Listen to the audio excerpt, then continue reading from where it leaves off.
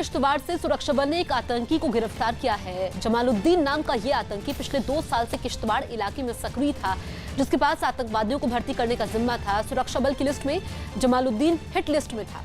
हाल ही में सुरक्षा बल के साथ मुठभेड़ में वो घायल हो गया था और पहचान छिपाकर अपना इलाज करवा रहा था, जिसकी जानकारी मिलने के बाद सुरक्षा बल ने उसे गिरफ्तार कर लिया।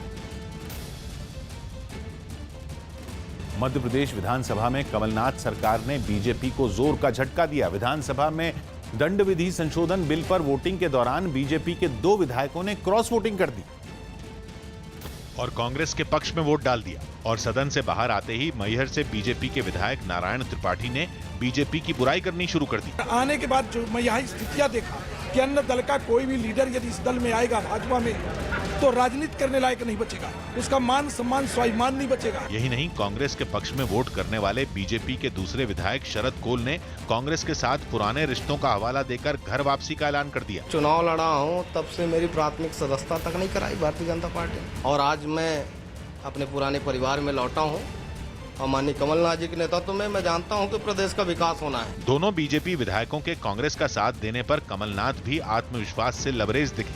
हमारे नारायण भाई और शरद भाई ने भी कांग्रेस का साथ दिया है और आज 122 मत जो मिले हैं कांग्रेस को, ये सिद्ध करते हैं कि कांग्रेस बहुमत की सरकार है। जबकि कांग्रेस में फूट का दावा करने वाली बीजेपी के लिए इस झटके पर जवाब देना मुश्किल हो गया। उनके बीच में अभी चर्चा हुई है, इसके बारे में जब तक उनसे मेरी चर्चा नहीं हो जाएगी तब तक मैं प्रामाणिक रूप से नहीं कह सकता। जबकि इससे पहले बीजेपी के नेता मध्य प्रदेश में भी कर्नाटक की कहानी दोहराने का संकेत देते दिखे थे। विधानसभा में सरकार की स्थिरता पर सरकार और विपक्ष के बीच जमकर बहसबाजी भी हुई, जिसके बाद बीजेपी ने कमलनाथ सरकार के खतरे में होने की घंटी बजा दी।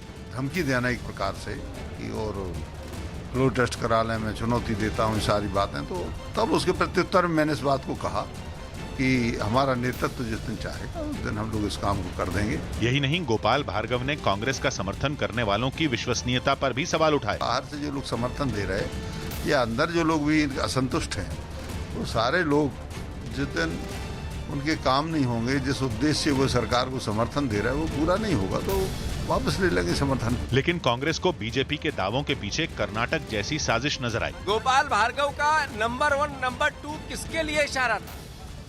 देश देख रहा है, सर पे बिठाया नीचे उतारे, सड़क पे ले जाएगा और घुटने के बल भी चलवाएगा। कांग्रेस का समर्थन करने वाले बीएसपी के विधायकों ने भी कमलनाथ के साथ खड़े रहने का वादा किया। आपका चाहे ऊपर का आदेश आया या उससे भी ऊपर का आदेश आया, पर कमलनाथ की सरकार नहीं गिरेगी। हम हर एक साथ में कमलनाथ जी। जम्मू कश्मीर के द्रास में कारगिल विजय के शहीदों का सम्मान।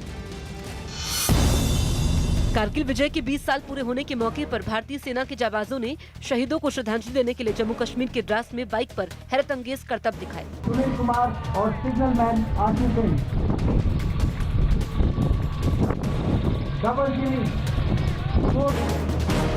उत्तरकाशी में वरुणावत पर्वत से एक बड़ा पत्थर गिरने की वजह से एक मकान की छत को भारी नुकसान पहुंचा।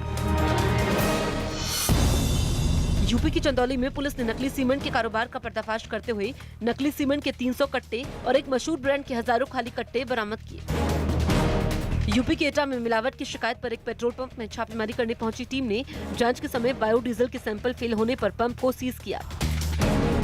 यूपी के सोनभद्र में डीजल से भरा टैंकर बेकाबू होकर खाई में पलट गया, जिसके बाद इलाके के लोगों में डीजल लूटने के लिए होड़ मच गई।